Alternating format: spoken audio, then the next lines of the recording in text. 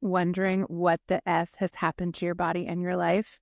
You're in the right place, my friend. Welcome to Season 3 of Transforming 45, where we dive into the incredible stories of how brilliant humans are navigating the midlife squeeze with courage, passion, and a healthy dose of humor. Don't miss out on any of our heart-led episodes. Hit the subscribe button, leave a 5-star review, and if you're inspired, share an episode you love with a friend. It means more to me than I can express that you're choosing to spend time here and sharing our message of midlife revolution. So let's get into it. Hello, and welcome to this week's episode of Transforming 45. This week, I am really thrilled to welcome Cathy Rust to the podcast. Cathy Rust makes specialty apparel that helps midlife women live more comfortably with hot flushes and night sweats. Cathy used her own experience with night sweats and her 20 plus years of professional knowledge and experience with natural building materials to track down the most effective fabric available so she could get a decent night's sleep. Cathy, we have so much to talk about. Just from those few little nuggets that are in there, I know that this episode is going to be really meaningful for the people who are listening because, sisters, we are all in this space together. So, Cathy, welcome. I'm so glad that you're here today. Thank you, Lisa. It's really great to be here and talk about sleep because that is the one thing that was a real struggle for me. And it turns out it's a common issue.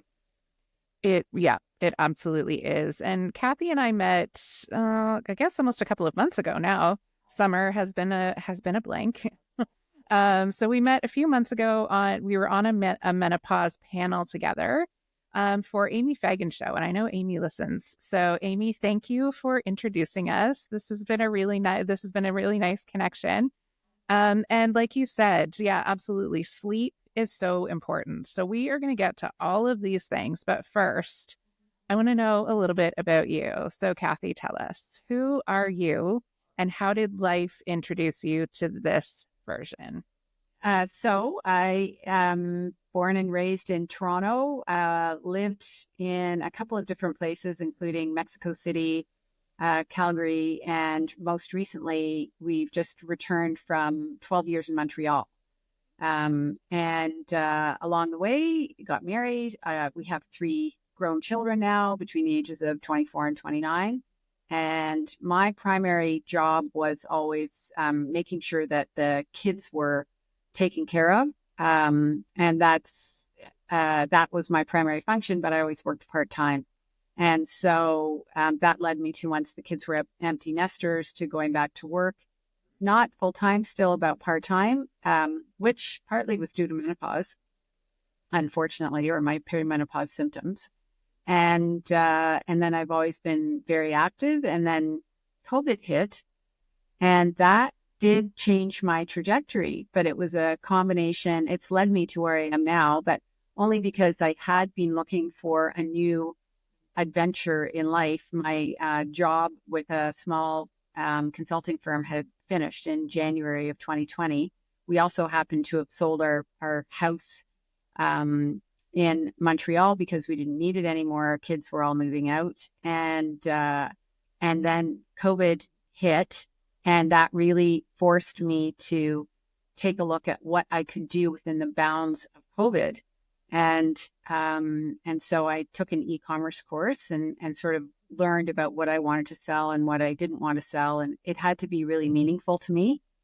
And it had to help people solve a problem because I have a background, a master's in environmental policy, and being environmentally aware is really important to whatever I do. And so I couldn't just bring in a product that was nice and pretty to look at. It had to be useful. It had to be disposable in a way at its end of life that would be compostable or recyclable, but ours are compostable. And at the same time, I was dealing with a brutal case of night sweats that was keeping me up at night and making me miserable. And it was only when I thought, well, okay, I need to sell something that I believe in. And my God, I can't even think straight because I'm so exhausted because these night sweats are keeping me up all night that I finally, and then through actually looking for a product and not being able to find one, that led me to, I think I'm going to try to do this, make clothing, even though I'd never made any clothing before in my life. But my background was in natural building materials, and I knew that there were natural materials out there that were really, really good at managing heat and moisture.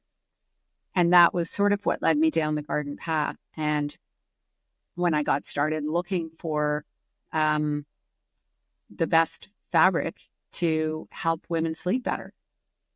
So that's how I got Yeah, into it. that is a really important story.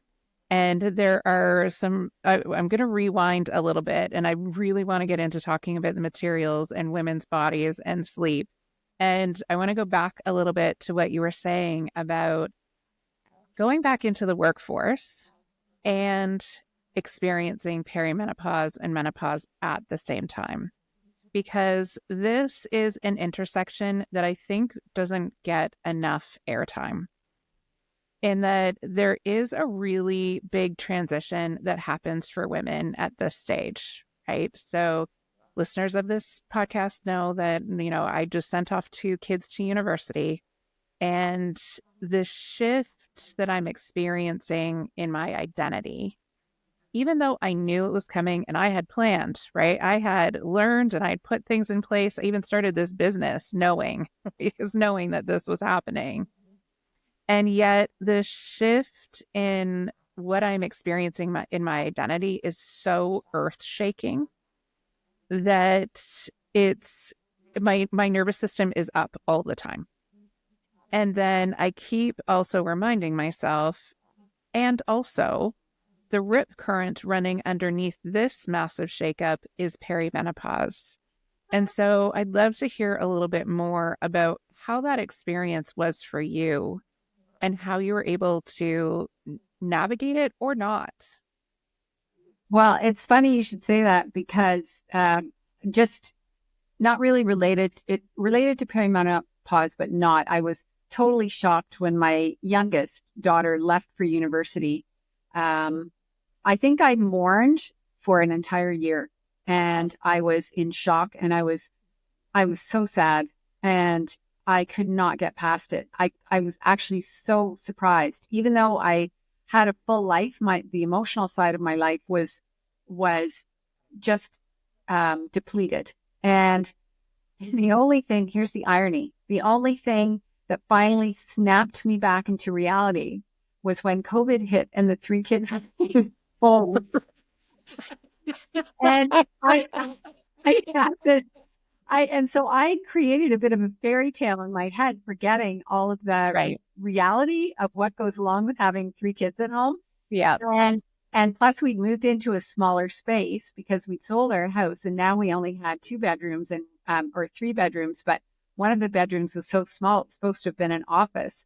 Right. And we basically, and I'm out at the grocery store, spending $650 a week on groceries for the 5 of us, going, oh my God, and back to doing all the cooking, they do their own laundry.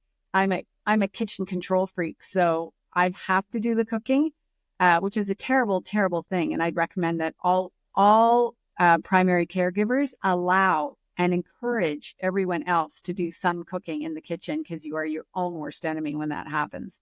Mm-hmm.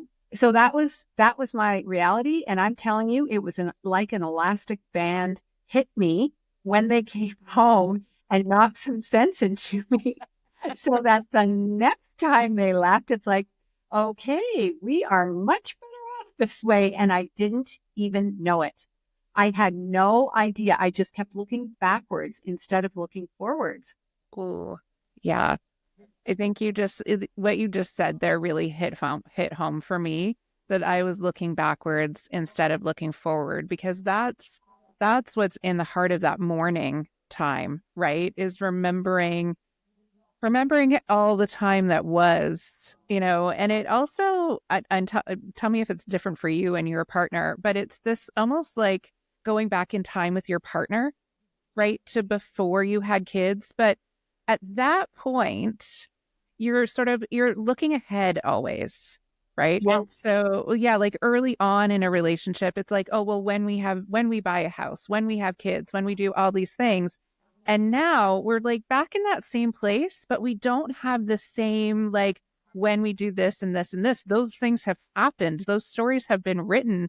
And so there's also I'm finding a bit of a mourning in that as well, is that there's yeah, when we're It went doing that by look back, fast. yes, I it goes could by not believe it. It's like, oh my gosh, but I've done that and I've done that and it went by and where did those Christmases go and those Halloweens and all of the other festive occasions that happen and Mhm. that family time together and everything else and definitely not every single um we had a challenging time through the teen years, but everything has come out the other side and it's been great.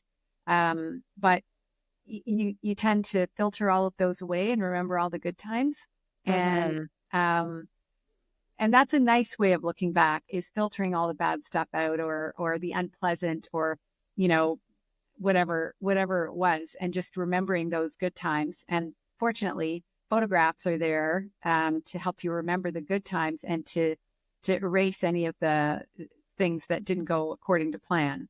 So Yeah. yeah, but you know, that was for me a huge part of my journey to where I am now. And COVID acted in a very interesting way. Um, it actually helped our family come closer together. But I Mhm. really wonder, if our kids had been 10 years younger, would that have been like, if it had happened when my kids were in the teenage years, I really, I'm not sure how we would have fared. We were going through some challenging times, Yeah. and so I really feel for those families who had to go through that at that time, Yeah. especially since I was in perimenopause, didn't know it, wasn't acknowledging it. Mhm. My mood swings were more than I care to acknowledge. Plus, I had massive migraines. So I was in bed for 4 days, working for 3 days, and in bed for four. It was terrible. Yeah. I also was just having this conversation with a friend where it's interesting in that it seems to be just now that we're able to really start exploring the impact of COVID in our lives. And she said something really wise to me, because I was, like, I wonder why it is now. And she said, well, I think because there's now enough space that it's not an open and gaping wound.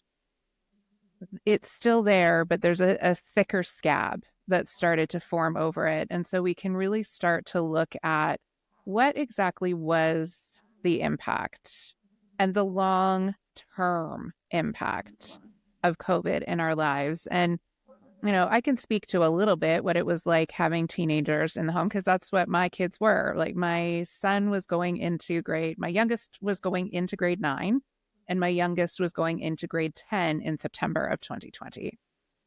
So I always also feel compelled to preface any of my own observations by saying we were in the most privileged possible spot to have experienced COVID the way we did. We had a home that was big enough for everyone to have their own space, to be able to spread out. We live across the street from a forested park. I didn't lose my job. My partner didn't lose his job. So there is that. And I know that that absolutely is not the context of many Mhm. humans. Mhm. So for us, it did bring our family closer together. And I am grateful for the years that I got to be with them in ways that I wouldn't have if they were having a teenage experience that was outside of the COVID experience. And at the same time, I'm seeing the way, especially this year. So my kids are both in their first year of university. And again, my children have worked at a residential summer camp for the last couple of years. So they learned skills that other teenagers may not have, right? Like they Yep. learned how to be in community, they learned how to have disagreements with each other. And now they're in a space where they are understanding.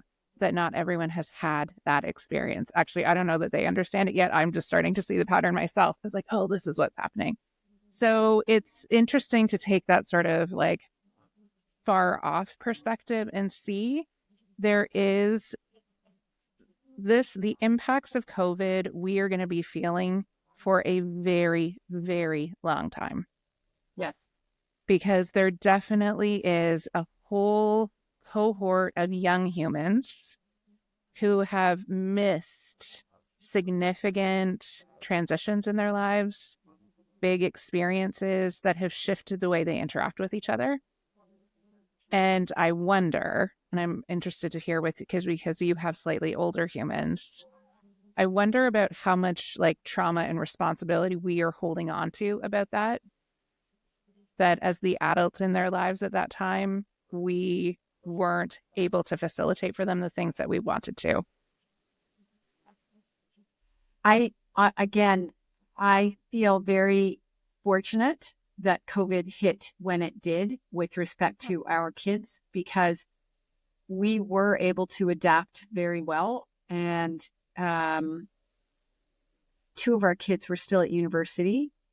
The other one had graduated. The oldest one did not lose his job. He worked mostly remotely anyway, so he was very fortunate. The middle one, unfortunately, had two internships, really good internships, that were canceled. And that did affect his career path significantly. So that's too bad. It's come around, and he just had to wait about 4 years to get back to where he might have been.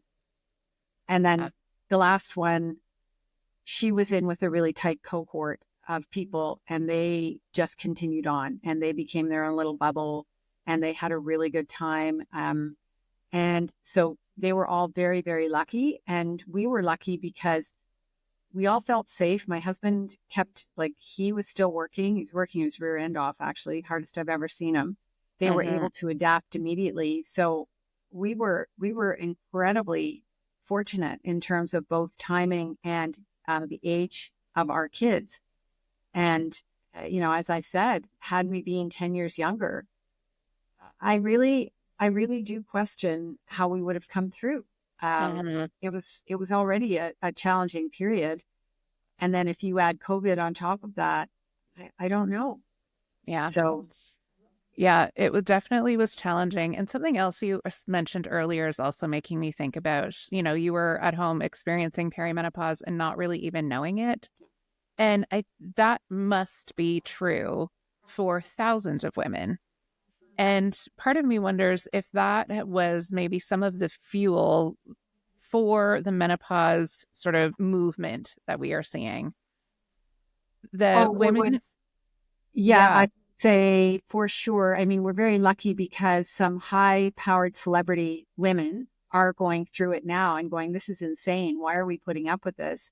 yeah, And in my case, what had happened was, I'm not, I don't, I don't necessarily consider myself a natural entrepreneur, but I'm telling you, I got so upset when I am looking for a solution to my problem and finding such a lack of selection. I was shocked. I thought for sure there would be stuff out there. And then the thing that really got to me was I sort of sat back after looking for half an hour to find something, and I knew exactly what I was looking for. It didn't exist. And I just thought, wait a minute, we are a cohort that has our own income now. We need to be well rested so that we can get through our really big days. Let's face it, a lot of women, their kids are now at a period in their lives where they don't need as much supervision. And so that's a time for women to go and do what they want to do, which may be, you know, climbing the corporate ladder, or spending more time with friends and family, or volunteering, or just working and not having to run around and deal with 3 jobs at once. And so when you throw many perimenopause symptoms or menopause symptoms in this, pre and post, uh-huh, I'm kind of looking around going, are you kidding me? Is this real? How can this be happening? And then not to have the solutions, first of all, the education, because I didn't have the education to deal with this. And then not knowing who to turn to or who to talk to other than your doctor. But then the other part of this is surely selfish on my part, which is I didn't want to know. And the reason I didn't want to know is because it meant that I would be getting old. And I didn't want to get old. So there was definite ego and vanity in there instead of really understanding that menopause is a phase of life that hopefully you are privileged enough to go through. And that the more you know and educate yourself about, the more you are able to handle the symptoms from a mental perspective, a psychological perspective, than if you decide to stick your head in the sand. Like I'm a poster child for don't do this at home. Like just don't do what I did. And also because I would go looking to my doctor, who was an amazing doctor, for individual symptoms, not really having an understanding that they were all connected. And again, that's on me. I had frozen shoulder. I had itchy skin. I had horrible migraines, but I'd also had a concussion in 2012. And so they just said that there probably was an amplification of what I was going to have anyway because of the concussion. And then I finally get through all of that. And a year after menopause, the night sweats start. It's like, kill me now, honestly. How can this possibly happen? I'm through menopause. I'm out the other side. But in fact, you are not, as you know. And again, I knew nothing. I now know a lot, but I knew nothing back then. And that was only in 2020. You said some really important things out loud that I think under are like the underbelly of this conversation that nobody wants to say out loud. And so I really appreciate that. And absolutely, there's so much shame and fear in acknowledging that I am in perimenopause because of everything you just said. Yes, because that means I'm getting older. That means that my physical reality is going to start to shift and change, and we have very little control. And for humans who like to have control over everything, it's a very humbling experience to realize I am actually at the mercy of my physicality in this stage. Well, and on top of that, I had the old ignorant assumptions, which are I am physically healthy, I'm active, I eat well. Therefore, menopause symptoms aren't going to bother me. And in fact, that was not the case at all. I was beaten up by menopause, starting with incredibly irrational, irritating mood swings. And then ending, that was at the beginning of my journey back when I was about 43.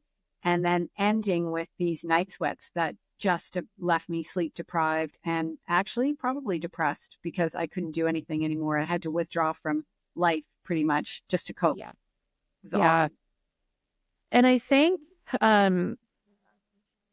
what you also said there is really important because the more we invest in our bodies younger, the younger we are. It still has an overall benefit to us.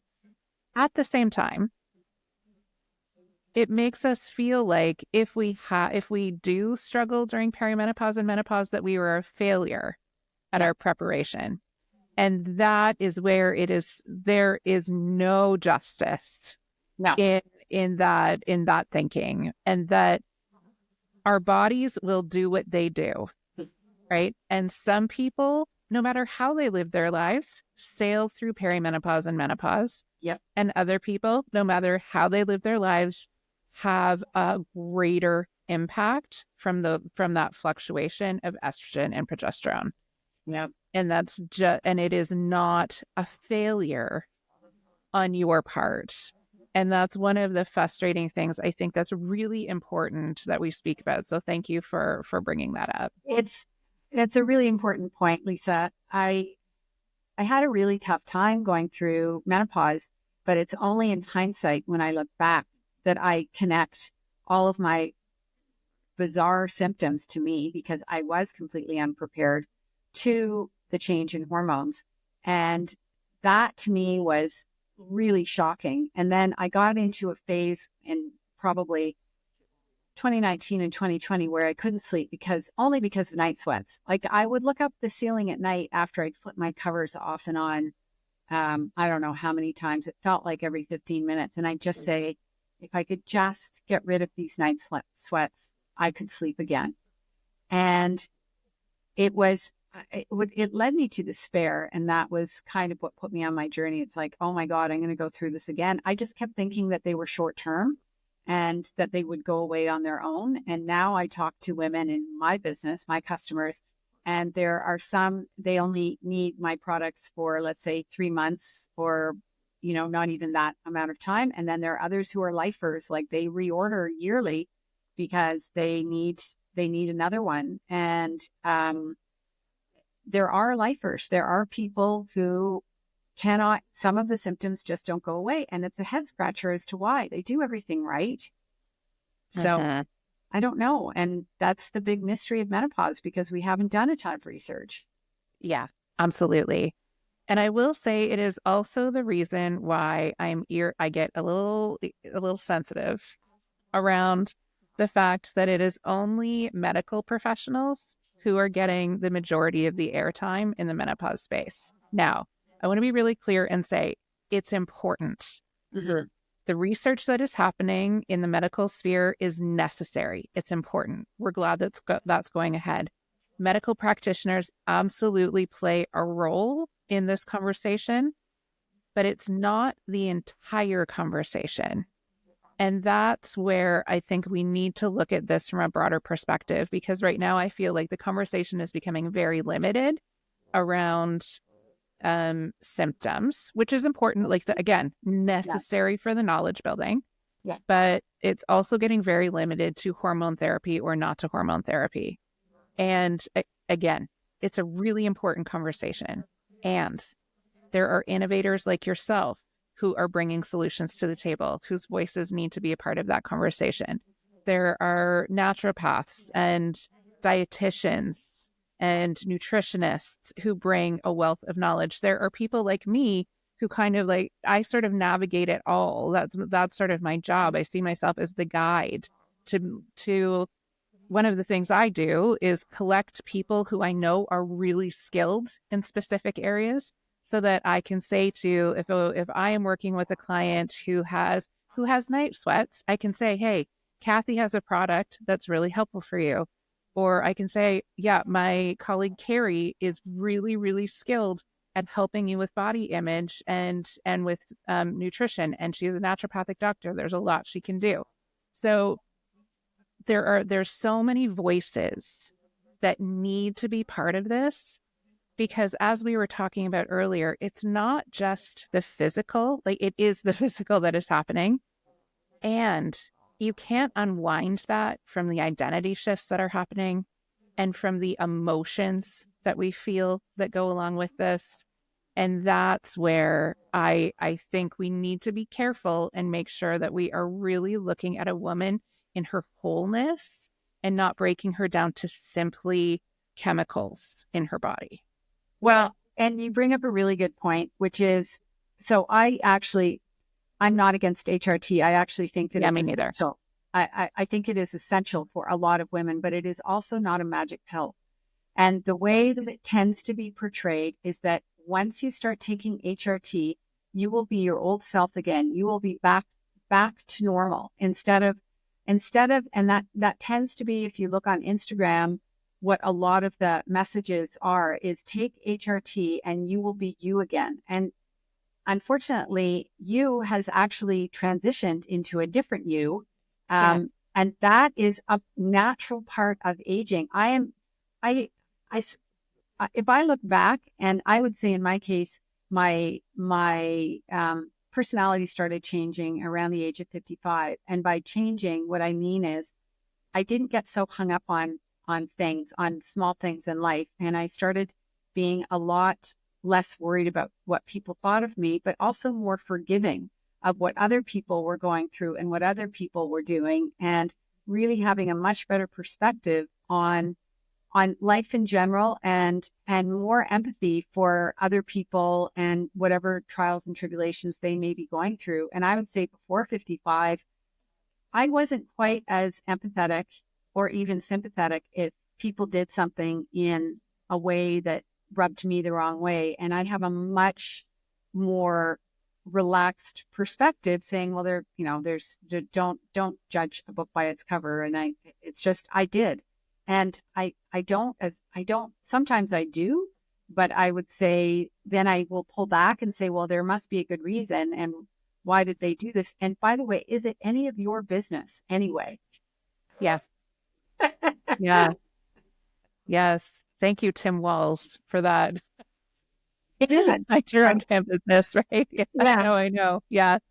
So, It's what you said there about you will never go back to your old self because mhm, that self no longer exists. mhm, You are a new version of you regardless. And that is the point. And that's where that's where I talk about, that's where the magic in menopause is. Amidst all of the things that are challenging and hard, there also is some really beautiful magic in connecting with the truth of who you are now and giving yourself the permission to do that.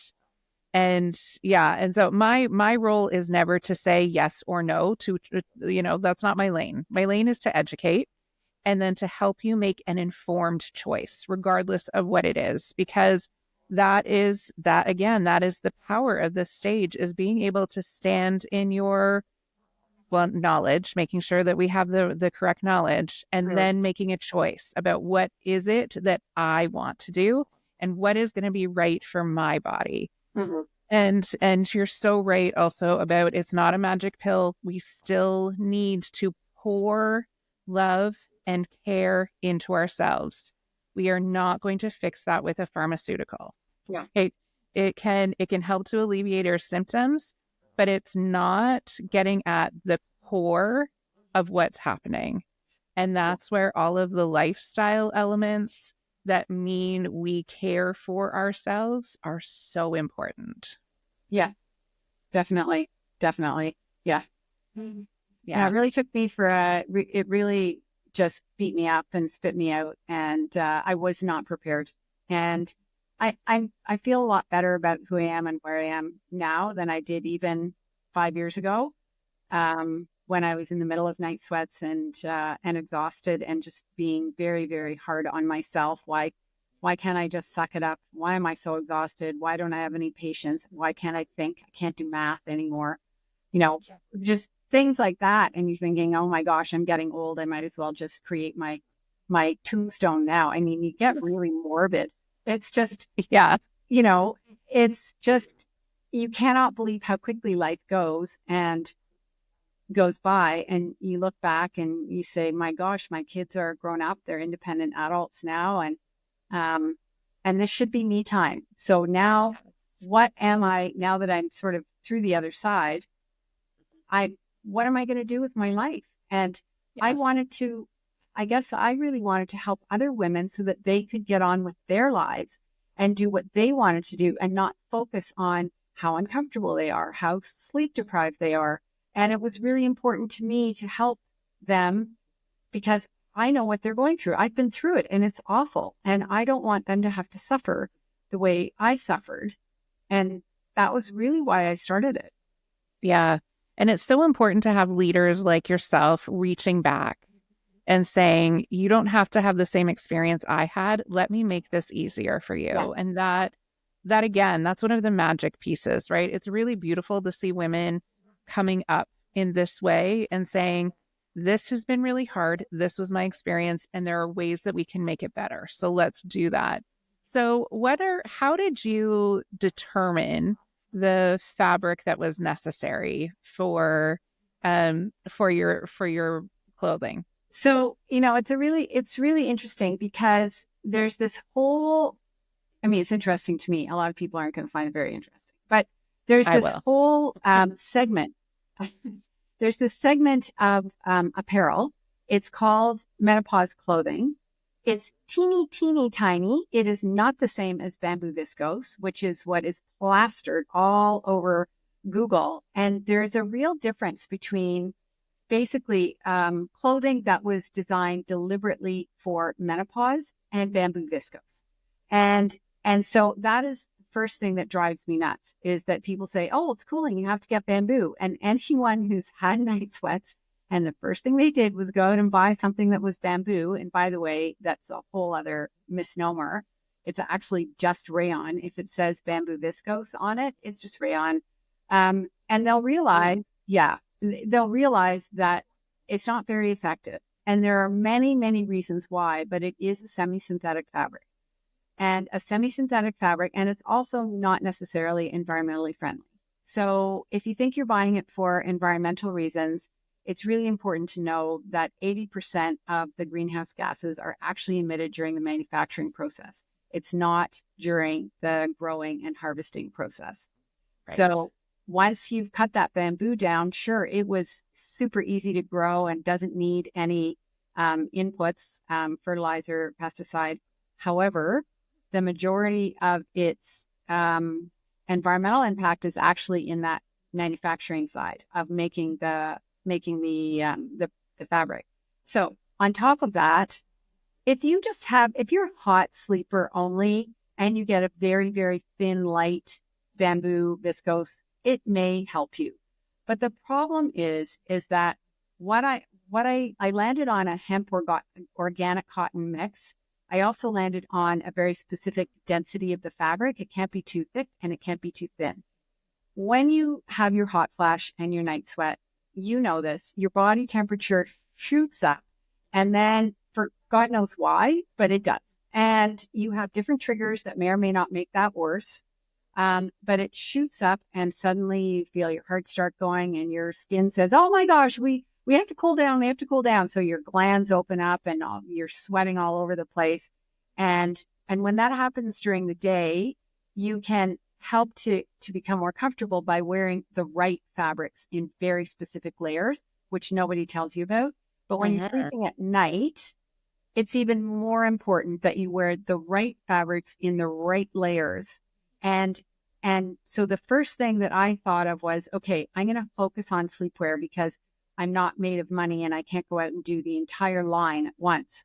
But the whole point is that your temperature shoots up and then your temperature actually plummets after that first initial phase and goes below your basal temperature. And when that's one of the reasons why you feel chilled. It's not just due to the fact that you are damp. Everybody thinks that just because you're damp, that's why you're cold, but it's not the only reason. Yes, it contributes, but the other reason is that your temperature has actually plummeted below your normal body temperature before Mhm. it springs back up to normal. And that whole cycle is the actual hot flash and cold chill afterwards. So what happens for fabric is I chose a fabric which is this, it's a hemp organic cotton blend. And what I did was I chose that one because hemp, it's a really cool fabric in that it looks under the microscope like straw, except with all kinds of little holes in the sides of the straw. And what those little holes do is it quickly sucks all the water off your skin and pushes it through to the other side. Meanwhile, the heat that your body is generating also gets pushed through, but it keeps a little bit of that heat inside that hollow part of the straw, so to speak. So what that means is that if it's like linen, it's both a great insulator, but if it's insulating and you're the furnace, that means that it can keep some of that heat next to you. And that is the same for any fabric that doesn't allow heat to escape. But you need some heat because what happens is when your body is in that plummeting point, that heat gets released. Whatever hasn't left, that heat gets released back to you slowly. So it flattens the peaks and valleys of a hot flash. And meanwhile, all of that moisture has been sucked up through those little holes and pushed to the outside where it can evaporate really, really fast. So, so what that means is if you are still using sheets that are microfiber, polyester, luxury cotton, even silk, you are actually preventing the rest of the moisture and the heat from leaving. And so the nightgown is the first part. the second part is making sure you're using sort of light cotton sheets, which are maybe 350 thread count. You do not want to use luxury cotton. You do not Mm, want to use poly microfiber unless they're specifically made for cooling. And you want to use a thin wool or cotton blanket and maybe a couple, and that will help you sleep a lot better. And then the key is also a colder room. So even today, if the room temperature is above 72 degrees or 20, 21, I will burst into flames. As long as it's below there, I'm totally fine. yeah, that is fascinating and really good and practical information for people to be able to take away and actually implement into their lives right away. It's, when I talk Whoa. about menopause in the workplace, what you were just talking about, room temperature. So that's one of the places I start because it's something that's so easy and can be, we can do that. We can do that tomorrow. We can make a space where we can actually control the temperature. And my husband insists on a room that is like 16 degrees Celsius to sleep in at night. So Oh, you're that's so lucky. Mine complains. Mine complains. He said to me one night when it was like, I don't know, 16 or maybe 17 in our room. And he said, thanks a lot. Now I have to wear a toque to bed. He was exaggerating a little bit, but to me, it is blissful. We have we have a wool duvet that we bought about 15 years ago, and we were told that it's great because it's insulating and it's thermoregulating, as in it will absorb and release heat. The problem is when you're female and your temperature is going like that, you don't want it to absorb and release the heat back to you. You want it to flow through. yeah.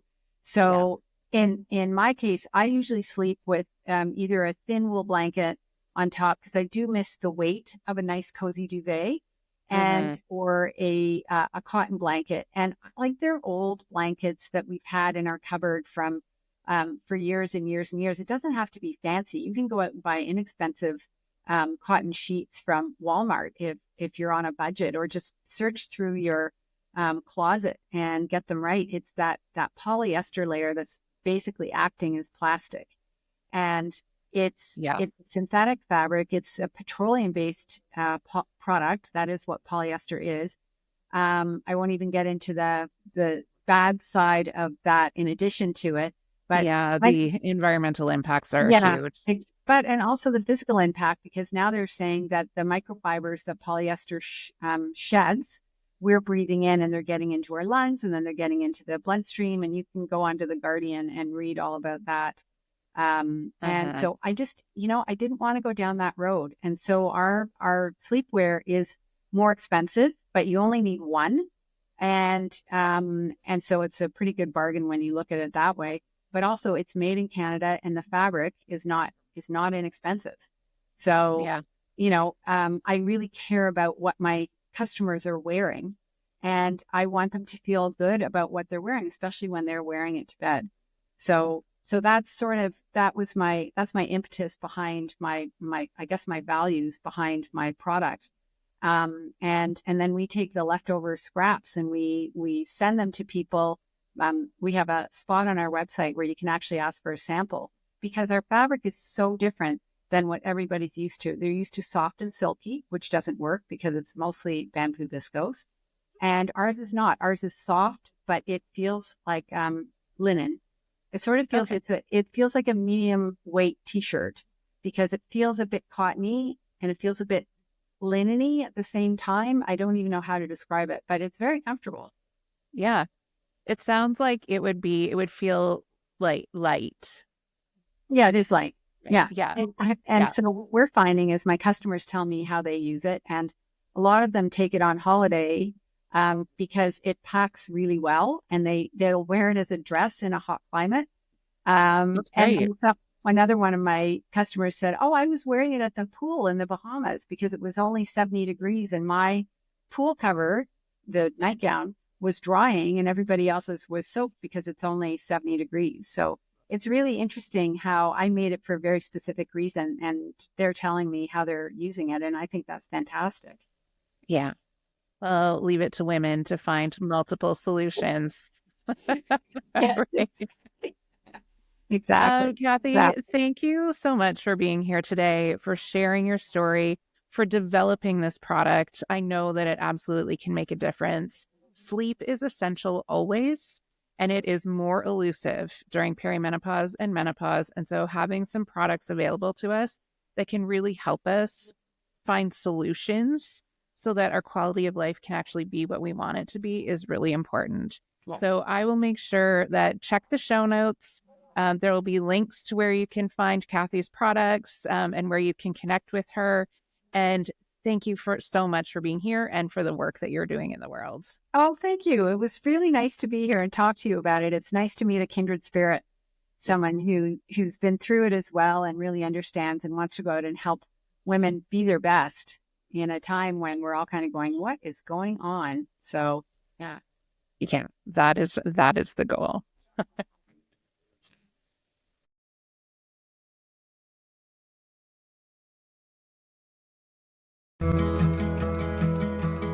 Thank you for being part of the Transforming 45 community. Your support means the world to us. Stay tuned for more juicy episodes and remember to keep showing up to your life with the love and magic you deserve. Until next time.